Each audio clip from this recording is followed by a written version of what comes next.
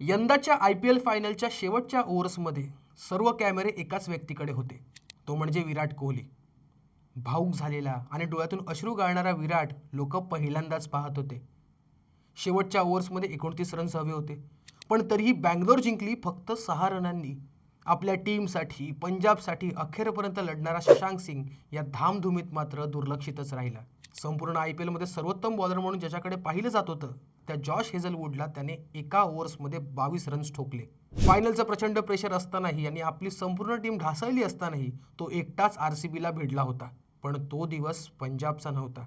आपल्या सर्वांनाच माहिती आहे की 2024च्या ऑक्शनमध्ये प्रीती झिंटाने चुकून शशांक सिंगला खरेदी केलं होतं. हा व्हिडिओ तुम्ही पाहू शकता. पण त्याच सीझनमध्ये तो काय करू शकतो हे त्याने दाखवून दिलं होतं. IPLच्या इतिहासातील सर्वात मोठी धावसंख्या 262 रन्स चेस करण्याचा पराक्रम शशांकने करून दाखवला होता. यानंतर यंदाच्या फायनलमध्येही त्याने ज्या प्रकारे 30 बॉल्समध्ये 61 रन्सची खेळी केली, ती कमी रन्स असतानाही IPL इतिहासातली सर्वोत्तम खेळी म्हणून गणली जाईल.